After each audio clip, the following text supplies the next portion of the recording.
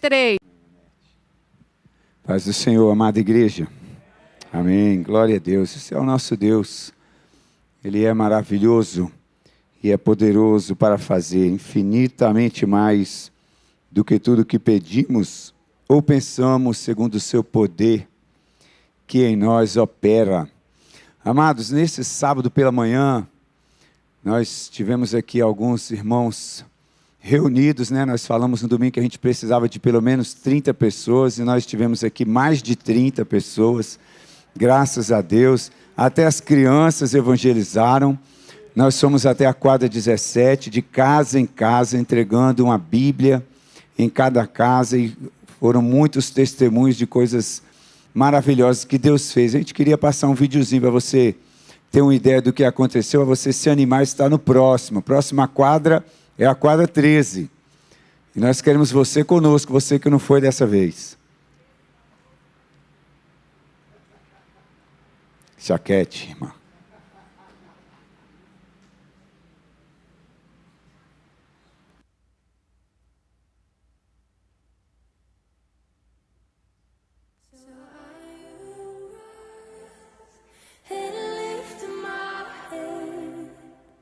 For by his mercy my life was spared.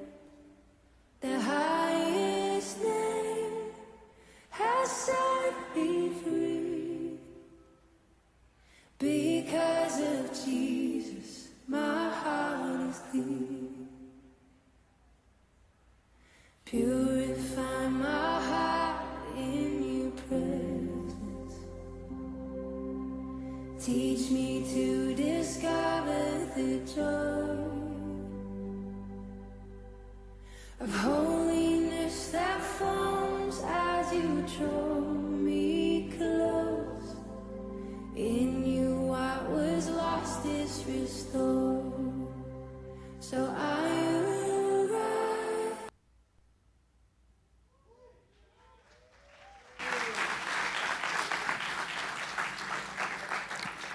A gente tem que ir com mais pessoas, amados. Que, por exemplo, aconteceu no Conjunto A, uma família pediu para o pessoal entrar, e aí entrar, virou um culto lá dentro da casa.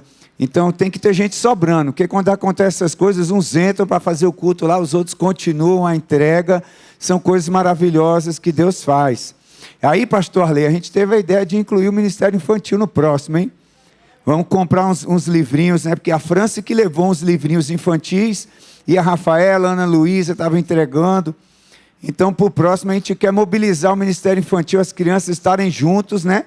Porque aproveita, os papais vêm junto com as crianças, e as crianças vão entregar para as crianças os livrinhos de nós, a Bíblia. As pessoas estão acostumadas a serem abordadas nas suas portas para comprarem alguma coisa, para comprarem o serviço, e elas ficam surpresas quando a gente dá de presente a palavra do Senhor. É algo assim maravilhoso. Foi realmente tremendo, e você precisa ter o privilégio de participar desse movimento do programa Semear, semeando a palavra do Senhor em cada família de Sobradinho. Glória a Deus. Abra sua Bíblia aí no livro de Atos. Irmã Ivone, você está aí? Cadê você? Tinha visto você. Fica de pé, irmã Ivone. Irmã Ivone caminhou conosco muitos anos aqui na Manancial.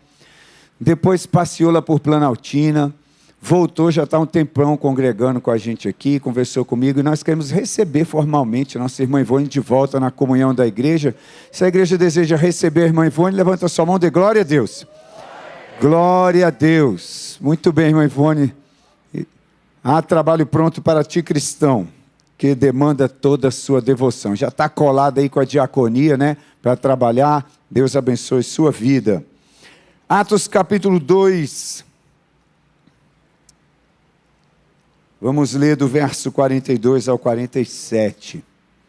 Eu preciso apresentar também a Sol e o Adriano, mas quando eu lembro eles não estão, quando eles estão eu não lembro.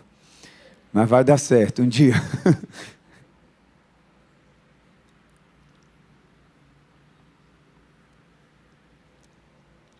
Atos 2, 42 a 47, a Bíblia diz assim: e perseveravam na doutrina dos apóstolos, na comunhão, no partir do pão e nas orações. Em cada alma havia temor, e muitos prodígios e sinais eram feitos por meio dos apóstolos. Todos os que criam estavam juntos e tinham tudo em comum. Vendiam as suas propriedades e bens, distribuindo o produto entre todos à medida que alguém tinha necessidade. Diariamente, perseveravam unânimes no templo, partiam o pão de casa em casa e tomavam suas refeições com alegria e singeleza de coração, louvando a Deus e contando com a simpatia de todo o povo. Enquanto isso, o Senhor lhes acrescentava dia a dia os que iam sendo salvos. Quero destacar o verso 46. Diariamente perseveravam unânimes no templo. Como era a frequência, irmãos? Diariamente significa o quê, irmão?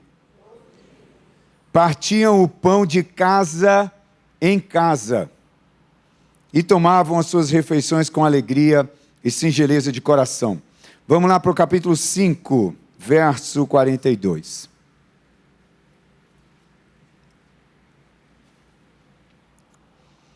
5:42 diz assim: e todos os dias no templo e de casa em casa não cessavam de ensinar e de pregar que Jesus é o Cristo. Aleluia. Senhor, te louvamos, papai, pela tua palavra. Obrigado pelo privilégio de estarmos na tua casa. Obrigado por cada um dos meus irmãos e irmãs que o Senhor trouxe aqui essa noite, pelo privilégio de te adorarmos. Continua falando conosco por meio de tua palavra, nos desafia, nos edifica, nos conduz ao amadurecimento, à frutificação, à santidade.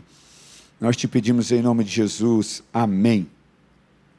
Amém. O livro de Atos, amados, é chamado Atos dos Apóstolos, mas também poderia ser chamado Atos da Igreja, também poderia ser chamado de Atos do Espírito Santo, né? Atos fala justamente disso, de atos, ações da igreja, o que a igreja fez, os atos da igreja. Jesus foi assunto aos céus e os seus discípulos deram continuidade à obra do Senhor. É maravilhosa a promessa que o Senhor Jesus deixou para a sua igreja, né? Gosto de me lembrar dela. Jesus virou para os seus discípulos e falou: vocês farão as obras que eu faço e ainda farão maiores do que essas. João escreveu que se fosse registrar todos os milagres que Jesus fez, não haveriam livros suficientes para registrar as coisas que o Senhor Jesus fez enquanto andou por essa terra. Então pensem na promessa de Deus para a sua vida, né? Quando Jesus falou isso: vocês farão obras maiores do que as que eu fiz. Você não sente uma coceirinha assim no seu coração? Me usa, Senhor. Usa a minha vida para fazer essas obras maravilhosas nesse tempo. O livro de Atos, ele é um livro que tem 28 capítulos, mas é um livro que não tem fim, já que são os atos da igreja, os atos do Espírito Santo. A igreja continua agindo na terra, o Espírito Santo continua agindo na terra, e hoje mesmo, mais um capítulo do livro de Atos está sendo escrito, registrado lá no céu.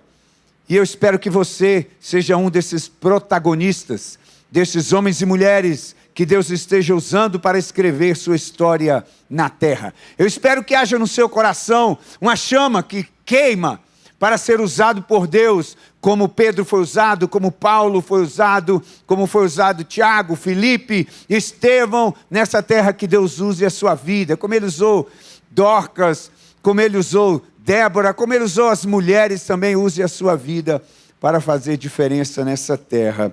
Que você seja cheio, que você seja cheia do Espírito Santo de Deus. Hoje eu queria falar sobre Jesus, sobre a igreja e sobre as casas dos crentes. A igreja, ela não é o templo. Sei que você sabe disso. A igreja, ela não é o lugar. Por mais que a gente tenha esse costume, né, dizer: você vai à igreja hoje, irmão? Aí eu vou chegar um pouco atrasado, mas eu vou, né? E aí você vem à igreja, né? A igreja. Mas sabemos que a igreja não é o templo. A igreja não é o lugar, a igreja ela é um povo. A igreja ela é uma família. Então, aonde o povo de Deus está, aí está a igreja. Você não vai à igreja, você é a igreja. Mas você não é a igreja sozinho. Assim como você não é sua família sozinho. Assim como você não é o povo brasileiro, só você não é o povo brasileiro. Você é o povo brasileiro junto com o povo brasileiro. Você não é a igreja como indivíduo. Como indivíduo, você é uma parte da igreja. A igreja é o corpo, a igreja é o povo, a igreja é a família. Exige coletividade. No próprio nome igreja, você vê o plural, você vê coletivo, eclésia, aqueles que foram chamados para fora. Traz a ideia de assembleia, e a assembleia de um só. É um negócio esquisito, né, irmão? Então, se está na rua, se está na praça, se está no templo, se está no barco, se está numa casa, onde está o povo de Deus, aí está a sua igreja. E a Bíblia dá um destaque grande, dá relevância às casas, no ministério de Jesus e no ministério da igreja, nas ações da igreja, na vida da igreja. A casa é um lugar importante. Sua casa, minha casa, é um lugar que está na mira de Deus, que é usado por Deus para abençoar. A Bíblia fala, João capítulo 1, verso 14, que o Verbo se fez carne e habitou entre nós. O Verbo se fez carne e habitou entre nós. E a palavra habitou, né, se você for traduzir, o original grego é tabernaculou. Deus veio à terra e montou a sua tenda entre nós, né? Deus habitou entre nós, montou a sua casa no meio da humanidade por um tempo. Por isso a tenda, né? Jesus ficou um tempo aqui entre nós, o Verbo encarnado. Aquele que criou o universo, o Deus eterno, montou a sua tenda entre nós. Deus entre nós, Deus conosco. Cristo em vós, a esperança da glória. Deus estava conosco, Ele fez morada no nosso meio. Jesus teve uma casa. Jesus faz do homem a sua morada. Vira para o irmão que está do seu lado. Vou ficar olhando se você vai fazer mesmo, irmão. Vira para o irmão que está do seu lado e diga para ele assim: Deus habita em você. Você pode ser a casa onde Deus habita. Você é a casa, o lugar onde Deus mora. Deus habita dentro de você. Apocalipse capítulo 3, verso 20, a Bíblia diz assim, palavras de Jesus: eis que estou à porta e bato. Se alguém ouvir a minha voz e abrir a porta, eu entrarei, cearei com ele e ele comigo. Agora eu quero que você vá comigo lá no Evangelho de João, no capítulo 14, um dos textos mais lindos da Escritura, capítulo 14, vamos ler o verso 21 e o verso 23. Jesus conversando com seus discípulos, verso 21 do capítulo 14 de João: aquele que tem os meus mandamentos e os guarda, esse é o que me ama. E aquele que me ama será amado por meu Pai, e eu também o amarei e me manifestarei a ele. Verso 23, se alguém me ama, guardará minha palavra, e meu Pai o amará, e viremos para ele, e faremos nele morada. Quantos amam a Jesus aqui? Então, se você ama Jesus, se você guarda a sua palavra, a Bíblia diz que você é amado de Deus. Meu Pai o amará, eu me manifestarei a ele, e viremos a ele, e faremos nele morada. Então você é morada, habitação. Deus habita em você. Deus habita em você. Ele quer habitar no coração do homem. Se você abrir a porta do seu coração, se você ouvir a voz do Senhor e abrir a porta do seu coração, Deus quer habitar. Amados, isso é um mistério, né? Isso é tão lindo, isso é maravilhoso. Deus querer, Deus desejar morar dentro de um cabra ruim igual a mim. É muita intimidade, né? É morar, irmão. Não é visitar, não é aparecer de vez em quando, é morar. Onde eu for, Ele vai comigo, porque Ele mora dentro de mim. Se eu pego o elevador, Ele está comigo. Se eu vou dormir, deito na minha cama, Ele está comigo. Se eu vou ao banheiro, Ele vai comigo. Se eu vou namorar, Ele vai comigo também. Se eu vou estudar, vou para a escola, Ele vai comigo. Se eu estou no ônibus, Ele está comigo. Se eu vou fazer a minha cama nos confins da terra, nas profundezas dos mares, se eu tomar as asas da alva, até ali, a tua mão me guiará, a tua destra me susterá. Deus habita em você. Não tem como ser abandonado, entendeu? Não tem como estar sozinho. Você pode até sentir em algum momento, parecer para você nos seus sentimentos que você está só, desamparado, mas não é verdade, você não está. Pastor Jacivaldo leu na abertura do culto hoje, e essa promessa eu sempre me apego. Eu pego ela para mim, Deus falou para Josué, mas eu pego ela para mim. Nunca te deixarei, jamais te abandonarei. Estou com você por onde quer que você andar. Como eu fui com meu servo Moisés, assim eu serei contigo. Então você é habitação, Deus está com você. Se você abrir a porta, Ele entrará na sua casa e fará as reformas necessárias que você é incapaz de fazer. Talvez você olhe para você e fale, Deus nunca habitaria numa pessoa como eu.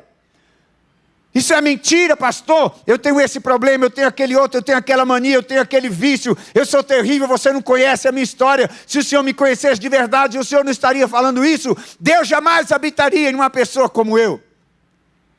Mas não sou eu que estou falando, é a palavra do Senhor. Se você ouvir a voz e abrir a porta, Ele vai entrar. Quando Ele entrar, cheio de luz, cheio de glória na sua casa, as trevas vão fugir.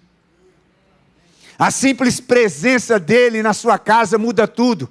Aquilo que você não conseguiu mudar a sua vida inteira, se você deixar Jesus entrar, a sua casa será transformada. Você será transformado de dentro para fora. Nenhum lugar permanece o mesmo quando Jesus está presente. Ele é o amor, Ele é a luz, Ele é a paz, Ele é a cura, Ele é a libertação. Álvaro Tito cantou, né? Jesus Cristo é a força que você precisa. Jesus Cristo é a paz que você procura. Jesus Cristo é o amor que te falta ao coração. Jesus Cristo é o abrigo, Ele é o fiel amigo. Cantava Álvaro Tito, nessa altura então. Resumindo, irmão, você precisa de Jesus. Resumindo, minha irmã, você precisa de Jesus. Se você ainda não abriu a porta do seu coração para Ele entrar, você ainda vai continuar necessitado. Sua casa vai continuar escura, suja, cheia de teia de aranha. Mas se você abrir a porta, não é a sua conta, a faxina da sua casa, presta atenção, a faxina da sua casa não é por sua conta. Sua parte no negócio é abrir a porta e deixar Ele entrar. Sua parte no negócio é ouvir a voz dEle e escancarar as portas do seu coração. É Ele entrando que faz a mudança que você precisa. Quantos já abriram a porta da sua casa para Jesus? Quantos já abriram o seu coração e têm experimentado transformação? Dia após dia Ele tem mudado a nossa vida. Ele transforma a gente da água para o vinho, né? No curso de batismo, que está sendo uma maravilha o curso de batismo, nós aprendemos isso. Não é à toa que o primeiro milagre registrado de Jesus foi transformar água em vinho. Água é uma coisa, vinho é outra coisa. Jesus transforma uma coisa em outra coisa. Quem você tem sido até agora não faz diferença. Se você deixar Jesus entrar, Ele transforma uma coisa em outra coisa. E as pessoas vão dizer, quem te viu e quem te vê, é o fulano mesmo? Não é possível, porque Jesus transforma a sua vida. Então você pode ser casa de Deus. Deus quer fazer de você a casa dele. O ministério de Jesus, amados, começou numa casa, você sabia? O ministério público de Jesus. Em João capítulo 1, do verso 35 ao 40, a Bíblia registra. João estava com seus discípulos e Jesus passou. E João apontou assim, eis o Cordeiro de Deus. Lá vai, ó, tá vendo aquele lá? Aquele lá é o Cordeiro de Deus. E aí 2 discípulos de João, quando ouviram isso, foram atrás de Jesus. Se ele é o Cordeiro de Deus, começaram a seguir. Provavelmente esses 2 discípulos, provavelmente não. Um deles a Bíblia deixa claro que era André. o outro provavelmente era João, né, o que está escrevendo o Evangelho. E eles vão seguindo a Jesus, Jesus vê que eles estão seguindo e fala, pois não? O que os senhores desejam? E eles perguntaram assim, mestre, onde é que o Senhor mora? Onde é a sua casa? Aí Jesus falou, vamos lá para vocês verem. E a Bíblia diz que eles passaram aquele dia com Jesus, cancelaram todos os compromissos que tinham. Pegaram, mandaram o WhatsApp para a esposa, querida, vou me atrasar, hoje não vou estar no almoço, vou passar o dia na casa de Jesus. Oh glória! E ali Jesus esteve com seus primeiros 2 discípulos. André saiu dali, já foi chamar Pedro.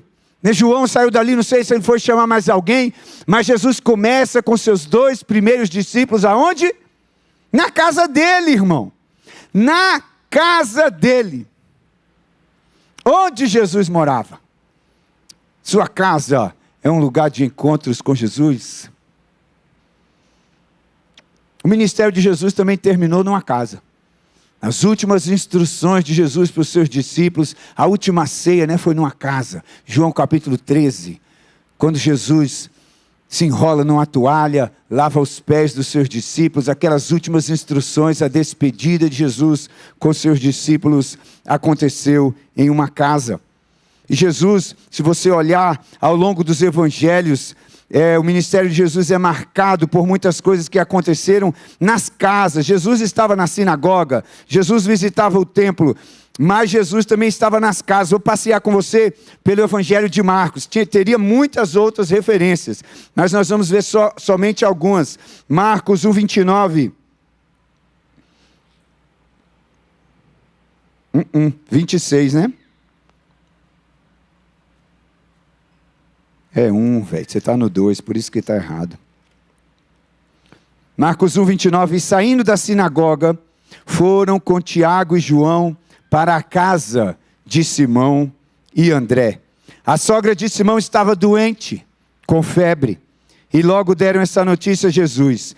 Então, aproximando-se Jesus, pegou a mão dela, fez com que ela se levantasse, e a febre a deixou, e ela passou a servi-los. Então, Jesus, visitando a casa da gente, acontecem essas maravilhas. Foi na casa que Jesus curou. Na casa de Pedro, Jesus curou a sua sogra. Marcos 2, 1 e 2. Dias depois, Jesus entrou de novo em Cafarnaum, e logo se ouviu dizer que ele estava onde, irmão? Em casa. Muitos se reuniram ali, a ponto de não haver lugar, nem mesmo junto à porta, e Jesus anunciava-lhes a palavra. Onde, irmão? Na casa dele. Foi lá, que trouxeram aquele paralítico. Não conseguiam acessar Jesus, tiveram que destelhar a casa. Estragaram a casa do Senhor Jesus, irmão, o telhado, para baixar o paralítico e ser curado. Mas Jesus estava em casa, ensinando o evangelho para uma multidão de pessoas, e ainda curou um paralítico. Marcos 5, 19.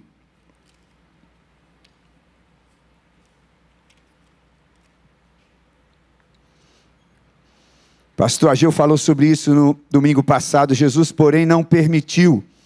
O homem que tinha sido liberto, né? O ex-endemoniado gadareno queria seguir Jesus.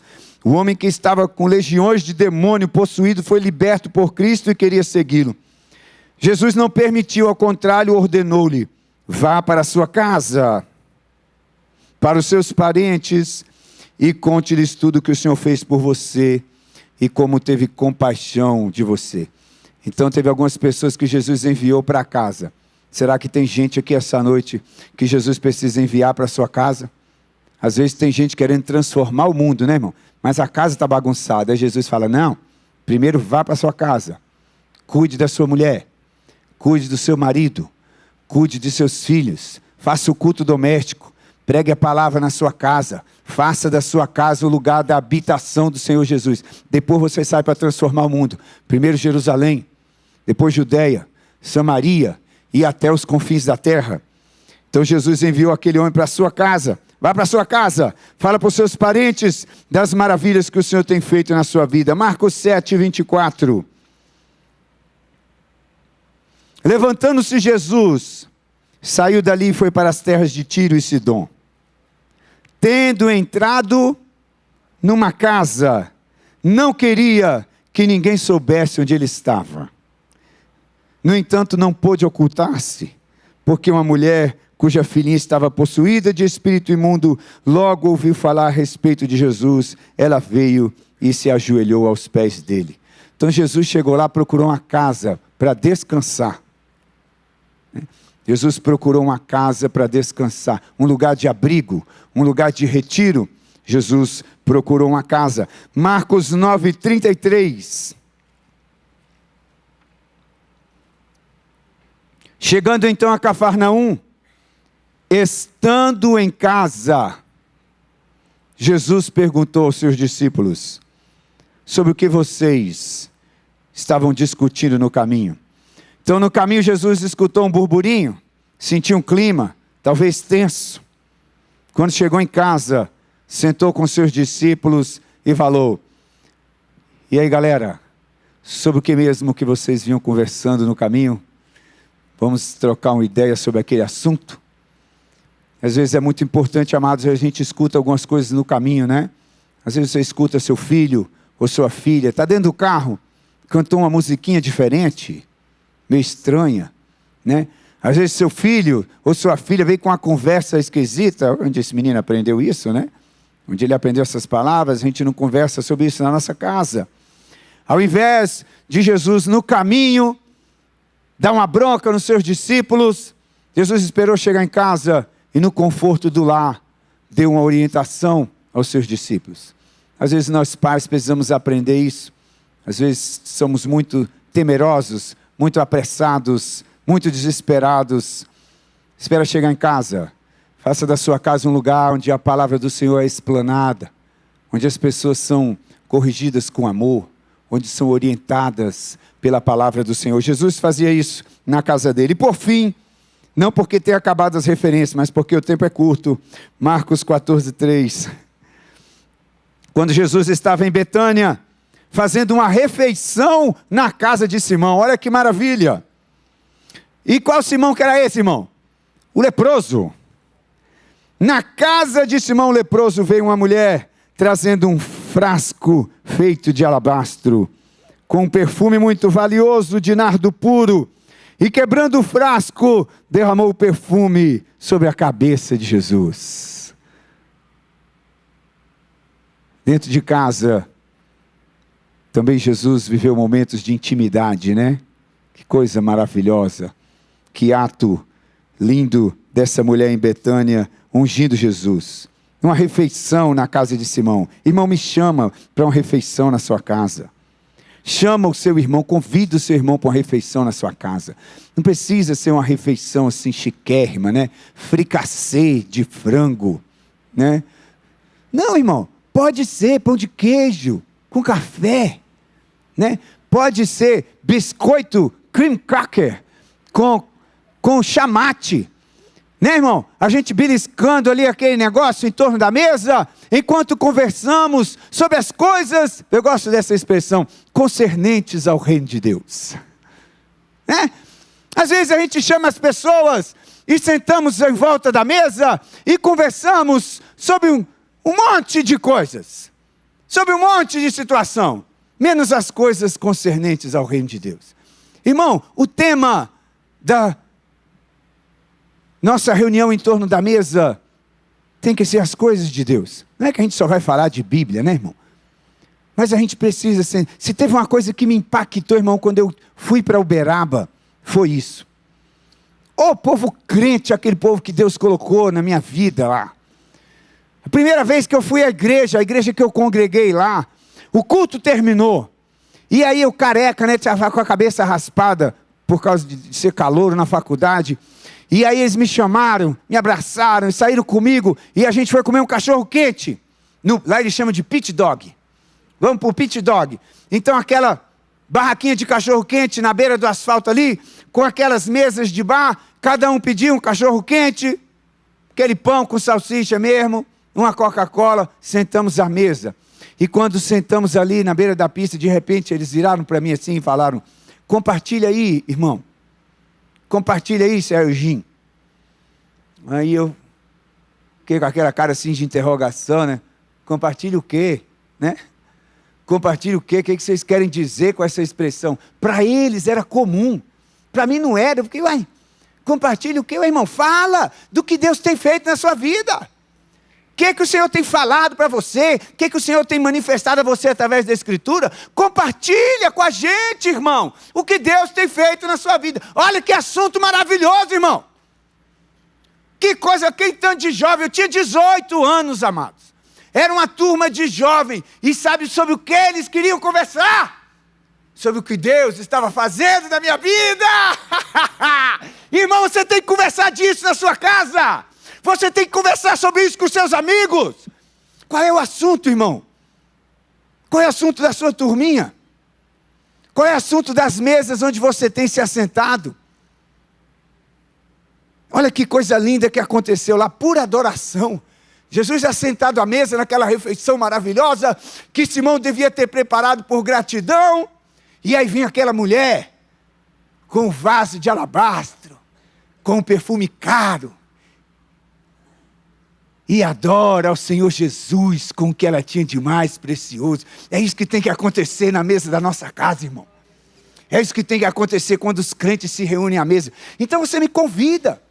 Pode me convidar, irmão, para a gente conversar sobre as coisas do reino lá na sua casa. Para a gente compartilhar sobre o que Deus tem feito na sua vida.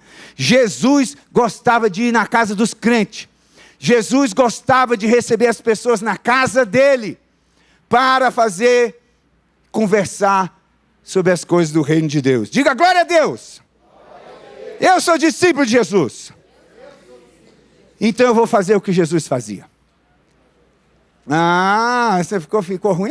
Fala de novo, eu vou fazer o que Jesus fazia. Aí sim, agora valeu. Último ponto, ponto 3. A igreja e as casas. Nós falamos sobre Jesus e as casas. Agora vamos para a igreja e as casas. Jesus deixou discípulos. Será que os discípulos andaram no mesmo caminho que Jesus? Será que os discípulos também valorizaram as casas no seu ministério? Será que no livro de Atos a igreja usou as casas? Os irmãos usavam as casas, sim ou não? Será, irmão? Irmão, por um tempo, por pouco tempo, na verdade, a igreja em Jerusalém se reuniu no templo e nas casas.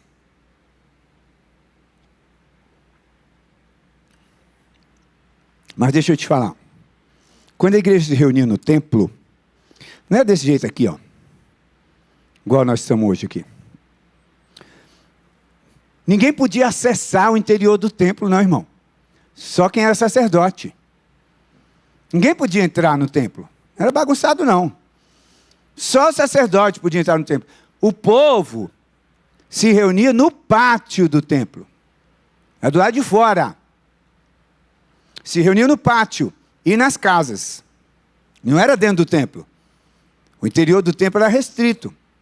Por isso que Jesus deu aquela bronca. Porque o pátio onde o povo podia ir, onde o gentio podia ir, para conhecer a Deus, virou um lugar de comércio. Virou um lugar de compra e venda. Por isso Jesus ficou indignado. Vocês, ao invés de estar pregando o evangelho para o gentio, ao invés de estar falando de Deus, ao invés de cumprir a promessa que foi dita a Abraão, em ti serão benditas todas as famílias da terra, vocês restringem a glória, o acesso ao meu Pai, e o lugar onde o povo pode vir, vocês ainda transformam em lugar de compra e venda. A casa do meu Pai será chamada casa de oração para todas as nações. Se reuniam no pátio. Mas, irmão, depois da morte de Estevão, a coisa ficou, usando a gíria de crente, né? Ficou estreita para a igreja. Depois que Estevão foi apedrejado, a igreja não podia mais se reunir em lugares públicos. Perseguição, irmão. Os cristãos eram pessoas não gratas. Os judeus estavam muito felizes em ver os cristãos sendo presos. Sendo mortos, inclusive. Herodes matou Tiago, irmão de João, e os judeus gostaram disso. Aí o que ele fez? Vocês estão lendo o livro de Atos, não, irmão? O que ele fez? Depois de matar Tiago, que os judeus gostaram dele ter matado Tiago à espada, ele fez o quê? Prendeu Pedro. pegou Pedro e prendeu Pedro. Estava só esperando a festa dos pães ázimos passarem para dar uma sentença para Pedro também. Então os cristãos, irmão, não estavam em boa situação, não podiam se reunir publicamente. Onde que eles estavam se reunindo? Nas casas. O livro de Atos começa e termina numa casa. Igual o ministério de Jesus. Atos capítulo 1, verso 13. Vamos lá, dar uma passeada por Atos. Meu Deus.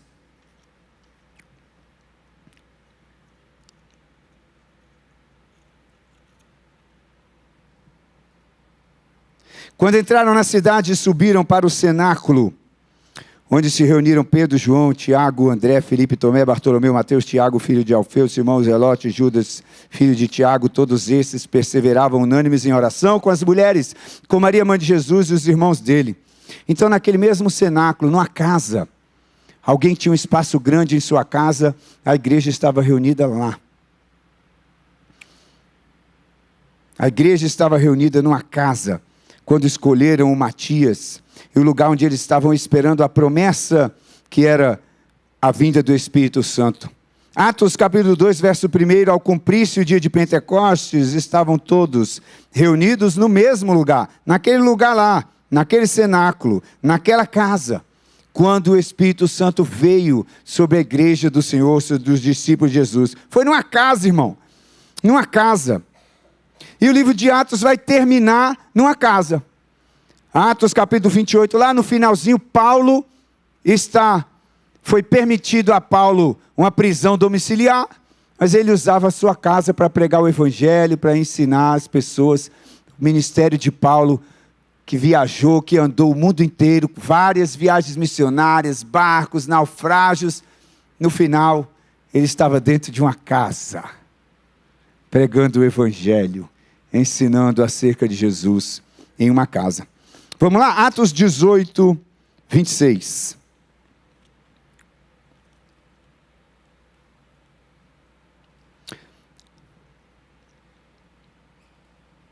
Apolo começou a falar ousadamente na sinagoga, quando Priscila e Áquila ouviram falar, levaram-no consigo e com mais exatidão lhe expuseram o caminho de Deus.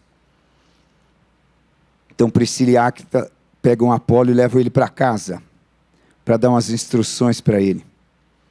Perceberam que ele falava ousadamente na sinagoga, mas levaram-no consigo e com mais exatidão lhe expuseram o caminho do Senhor.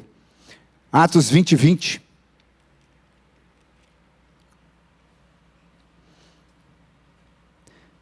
Vocês sabem que jamais deixei de anunciar o que fosse proveitoso e de ensinar isso a vocês publicamente e também de casa em casa. Atos capítulo 9, verso 11. Então o Senhor lhe disse: levante-se e vá à rua chamada direita, na casa de Judas. Procure por um homem de Tarso chamado Saulo, ele está orando. E numa visão viu entrar um homem chamado Ananias, impor-lhe as mãos para que recuperasse a vista.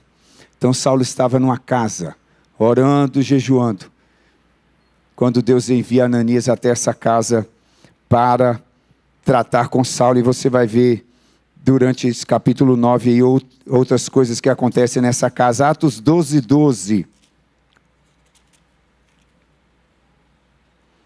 Ao se dar conta disso, isso aqui foi lindo demais, hein? Pedro estava preso depois da morte de Tiago. A Bíblia fala que ele dormia acorrentado entre dois soldados. Deus envia o anjo lá, tira Pedro da cadeia milagrosamente. Quando Pedro sai da cadeia, para onde ele vai? Está aí, ó. Ao se dar conta disso, disse o quê? Que tinha sido liberto, que tinha sido tirado milagrosamente da cadeia. Pedro resolveu ir à casa da irmã Maria, mãe de João, também chamado Marcos, onde muitas pessoas estavam congregadas e oravam. Estava todo mundo na casa da irmã Maria orando: Senhor, tira o Pedro da cadeia, papai. Manda o teu anjo lá. Faz uma obra na vida dele, tem misericórdia. Livra o Pedro de Herodes, Senhor. O povo estava orando aonde, irmão? Na casa da irmã Maria. E Pedro sabia, porque quando ele sai da cadeia, ele vai para lá. Ele vai para lá. Então a igreja se reunia nas casas. A igreja estava lá na casa da irmã Maria, Atos 10, 22. Essa aqui é linda também. Então disseram: o centurião Cornélio, homem reto e temente a Deus, tendo bom testemunho de toda a nação judaica, foi instruído por um santo anjo a mandar chamar você para a casa dele e ouvir o que você tem a dizer. Um centurião romano tem uma visão, o anjo aparece para ele, dá instruções, ele manda buscar Pedro, que estava em Jope, que também estava numa casa. Pedro estava lá na casa de outro Simão, curtidor. Pedro lá na casa do Simão e o Cornélio na casa dele. Na casa de Cornélio o anjo aparece e fala: você manda buscar Pedro, que está lá em Jope na casa de outro Simão. Ele está lá na casa desse Simão, curtidor, eles vão atrás. Pedro está lá na rede esperando sair o almoço, na casa. E aí tem uma visão. Deus se manifesta para ele, desce um lençol e fala: Pedro, mata e come toda sorte de animal que os judeus consideravam imundos. Mata e come. Pedro: jamais. Que isso, Senhor? Eu sou um judeu reto, eu vou lá comer esses animais imundos? E o Senhor fala para ele: você não considera imundo aquilo que o Senhor purificou. E essa visão se repete. Aonde, irmão? Na casa do Simão curtidor. Jesus estava ensinando a Pedro: Pedro, tem umas coisas que você precisa quebrar. Tem umas coisas que você aprendeu. Tem umas tradições que te foram ensinadas. Mas da agora para frente, o esquema é diferente. Odres novos para o vinho novo, Pedrão. Esse negócio de animal impuro, você larga para lá. Esse negócio de que você não se mistura com gentio, você larga para lá. Porque eu agora tenho uma missão diferente para você. Eu tenho um vinho novo para o meu povo. Eu tenho um povo que eu quero salvar. E não dá para vocês continuarem com essas tradições separatistas. Jesus estava ensinando Pedro. Quando Pedro está lá tendo essa visão, buscando entender esse mistério do Espírito Santo, os homens chegam lá e batem na porta. Olha, o centurião Cornélio mandou a gente vir aqui atrás de um Pedro. Ele está aí mesmo nessa casa? E o Pedro recebe. E o Espírito Santo fala: vai com eles. Vai com eles, porque fui eu que enviei. Irmão, eu acho tão linda essa passagem, porque no outro dia Pedro vai com aqueles homens. E ele entra na casa do centurião romano, gentio, o que não era uma coisa bem vista para o judeu. Porque aquele negócio de que nós somos puros, vocês são imundos, nós não entramos na casa de gentios. Pedro já entrou cheio de dedos. Vocês sabem que não é bom, não é de bom tom um judeu entrar na casa de um gentio. Mas, como o Espírito Santo mandou, eu estou aqui obedecendo, eu estou quebrando essas tradições, porque o Espírito Santo mandou. Eu estou agindo aqui de um jeito diferente, porque o Espírito Santo mandou. Na casa de Cornélio. Cornélio tinha mandado juntar os seus parentes. Cornélio tinha mandado juntar os vizinhos, os seus amigos, todo mundo lá sedento, para ouvir o que Pedro tinha para falar. Porque o anjo falou: cara, vai atrás dele, ele tem coisas preciosas que você precisa saber, Cornélio. O anjo falou, ele juntou aquele tantão de gente para ouvir o que Pedro tinha para falar. E a Bíblia diz, amados, que enquanto Pedro falava do Evangelho, quando Pedro começou a dizer que Jesus era o Messias, que ele morreu, que ele foi sepultado, que ele ressuscitou, irmão, Pedro estava ainda falando e o Espírito Santo veio sobre aqueles gentios todos. E todos eles começaram a falar em línguas estranhas, batizados no Espírito Santo, irmão. E Pedro ficou assim. O irmão que estava do lado dele teve que fazer assim. Pedro ficou boquiaberto. Meu Deus, o Espírito Santo também batiza os gentios. Eu achei que era só os judeus. Mas o Espírito Santo, meu irmão, que revelação, que mudança que Deus faz na cabeça do Pedro. Tudo, irmão. Aonde? Nas casas. Nas casas. Nas casas. Na sua casa, irmão. Na sua casa, irmão. É lugar de milagre. A sua casa é lugar de batismo no Espírito Santo. A sua casa é lugar de salvação. A sua casa é lugar de resgate, de libertação. O seu lar, a sua família. Muitas igrejas se reuniam em casa, não vou ler, já extrapolei, mas depois você vê Romanos 16:5, 1 Coríntios 16:19, Colossenses 4:15, a igreja que se reúne na casa de fulano, a igreja que se reúne na casa de Beltrano, a igreja se reunia nas casas. O livro de Atos ainda está sendo escrito. E hoje, irmão, a igreja do Senhor ainda vai seguir o modelo de Jesus. Como sua casa poderia ser mais útil para o reino de Deus? Como a sua casa poderia ser mais útil para o reino de Deus? Como foi a casa de Jesus? Como foi a casa de Cornélio? Como foi a casa de Pedro? Como foi a casa de Simão o leproso? Como a sua casa poderia ser mais útil para o reino de Deus? Josué disse, vocês escolham hoje a quem vocês vão servir. Mas eu e minha casa serviremos ao Senhor. Ele estava falando da família, dos seus descendentes. Mas eu quero pegar o lugar onde ele morava também. Como a sua casa pode ser? Conclusão. Irmãos, eu tenho um discernimento claro da parte de Deus. Para mim é claro, cristalino. Deus está nos impulsionando para dentro das casas. Deus está impulsionando a igreja para fora do templo. Menos templo, mais casa. Menos templo, mais casa.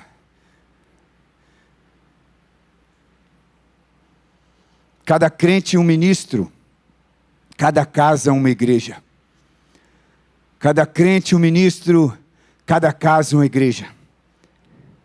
Não podemos mais, irmãos, ser templos centrados.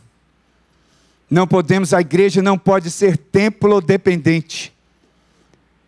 Essa relação é frágil. A igreja não é esse lugar. A igreja não é esses tijolos, nem essas cadeiras. A igreja somos nós. Para mim foi claro, irmão, durante os anos de pandemia, para mim foi clara a mensagem de Deus. Minha igreja tem que deixar de ser templocêntrica. Minha igreja precisa aprender a ser igreja em casa. Teve gente que entendeu errado, irmão, quer ser igreja na internet. Não, irmão, não era isso que Deus estava falando. Agora é só culto virtual. Sai, irmão. Deus está te impulsionando, é para casa, varão. É para casa, varão, é para as ruas, não é para a internet. Internet é uma bênção, irmão. Internet é uma maravilha, a gente saber usar. Mas não existe esse negócio de igreja virtual. Não existe. Igreja virtual não existe, irmão. Igreja é real. É verdade, o verbo se fez carne e habitou entre nós. Deus veio do céu. Deus é Espírito, se faz carne para habitar entre nós. Nós precisamos de relação de verdade. Relacionamento profundo, encontro, olho no olho, cara a cara, mão na mão, abraço, conviver, compartilhar a vida, irmão. Deus se fez carne e habitou entre nós e nós estamos querendo virar Avatar.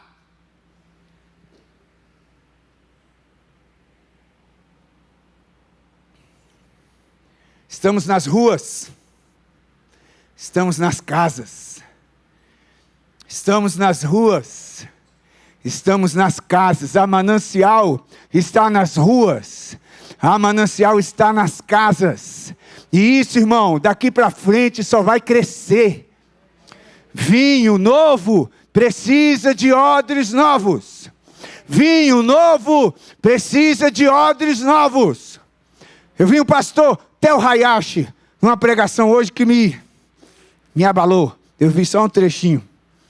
Muitas vezes as promessas de Deus se retardam. Deus faz isso por misericórdia, porque a gente insiste em ser odre velho. E se colocar o vinho novo no odre velho, irmão, o que acontece? Pipoca o odre, estraga o odre e o vinho. Então Deus não coloca o vinho novo, porque o odre insiste em ser velho. Vinho novo precisa de odres novos. Foi isso que o Espírito Santo estava falando com Pedro. Eu sei, Pedro, que sempre foi assim. Eu sei que está escrito lá que sempre foi desse jeito. Não é para comer isso, não é para comer aquilo, não é para comer carne de porco, não é para... Eu sei, mas agora é diferente, Pedro. Eu quero fazer uma coisa nova. E não dá para você ficar apegado ao passado, apegado ao velho. Você precisa abraçar o novo que eu tenho para você. Enquanto a gente insistir, irmão, ficar apegado e ser odre velho, o vinho novo não é derramado. Nós retardamos as promessas gloriosas do Senhor com a nossa teimosia, com as nossas vacas sagradas.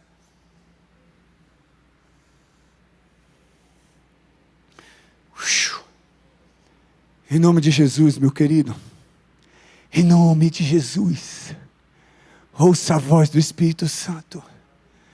Se você está vivendo conflito, peça ao Espírito Santo que esclareça. Se você tem dificuldade com um pequeno grupo nos lares, peça ao Espírito Santo que te esclareça. Se você tem dificuldade de abrir a porta da sua casa, peça ao Espírito Santo que te esclareça. Se você tem dificuldade de ter relacionamentos íntimos, profundos com seus irmãos, peça ao Espírito Santo que te esclareça. Peça a Ele que faça a obra que seja necessário fazer. Diga para Ele que você quer ser um odre novo para o vinho novo. Para de ter saudade do passado, daquilo que a gente fazia no passado, e abraça o que Deus está nos impulsionando a fazer hoje, agora, para esse tempo.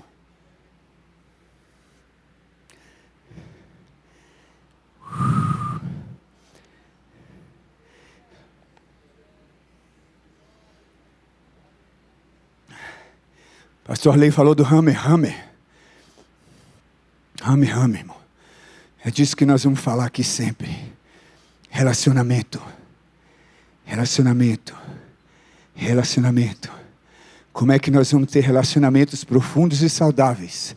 Se nós nos encontrarmos no templo uma vez por semana, por 2 horas. Quando o pastor está dando a bênção apostólica, você já está dando a ignição no seu carro, indo embora. Se a gente não conviver, se a gente não for na casa uns dos outros, se a gente não conhecer as necessidades uns dos outros, se não formos transparentes uns com os outros, como que nós vamos ter relacionamentos profundos e saudáveis? Se nós não formos intencionais nisso.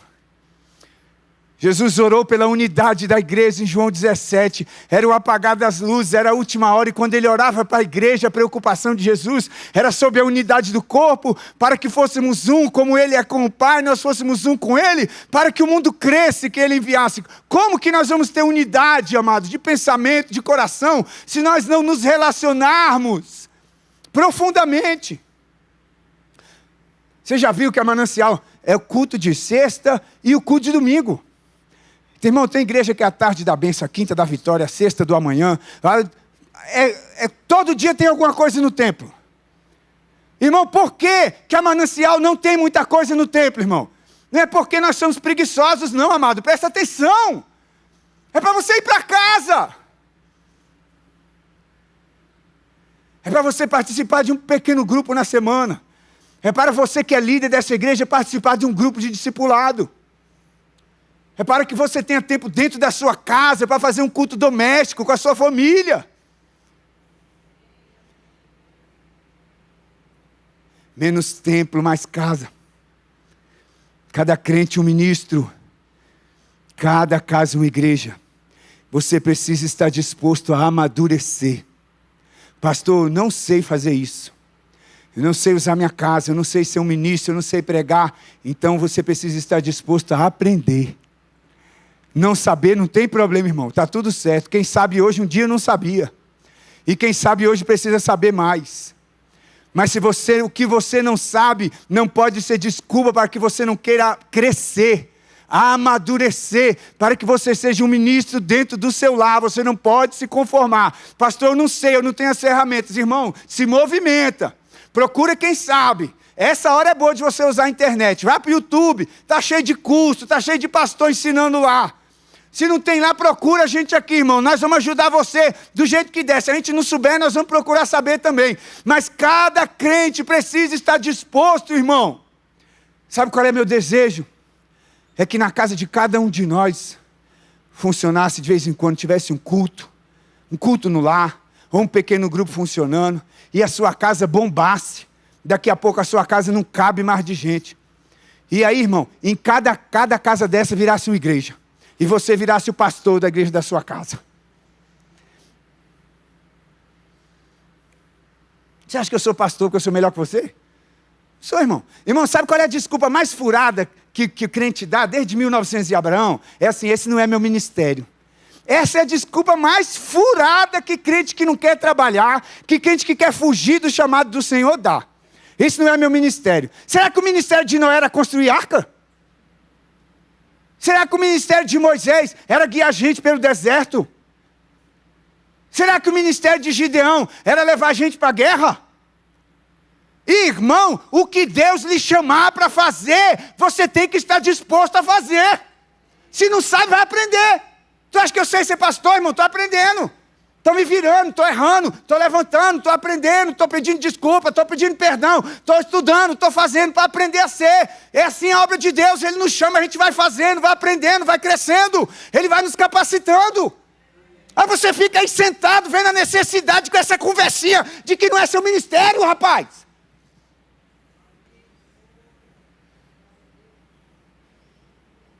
Eu já fiz de tudo nessa igreja, irmão. Eu sou dessa igreja desde os 9 anos, eu já fui líder de adolescente, eu já fui líder de jovem, eu já fui do louvor, eu já fui do evangelismo, eu já fui da oração, eu já fui professor de escola dominical. Qual é meu ministério então? O ministério é o que precisar. O ministério é o que precisar, é onde Deus precisar de você. É o homem da brecha. Deus quer usar a sua casa. Deus quer usar a sua família. Fique de pé, vamos orar. Senão eu vou falar até amanhã.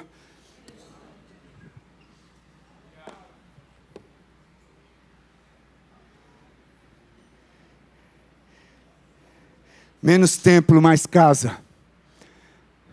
Eu quero que você vá para essa semana com essa pergunta na sua cabeça. Como a minha casa pode ser mais útil para o reino de Deus? Como a minha casa pode ser mais útil para o reino de Deus?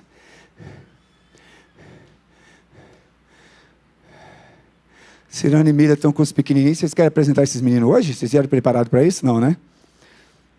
Tá certo. Não é que eu vi só vocês, não vi família, não vi nada. Estamos felizes por vocês aqui. Deus abençoe Luca e Levi. Curve sua cabeça. Eleva seu coração aí, seu ouvido ao Espírito de Deus. Te adoramos, papai. Te louvamos pela tua palavra, pelo teu chamado na nossa vida, pelo privilégio de sermos teus filhos, tua igreja, teu povo, porque pelo privilégio de fazermos parte do livro de Atos, de estarmos escrevendo a história do teu reino nessa terra. Queremos escrever, Senhor, capítulos maravilhosos para a glória do teu nome. Salvação de vidas, transformação de famílias.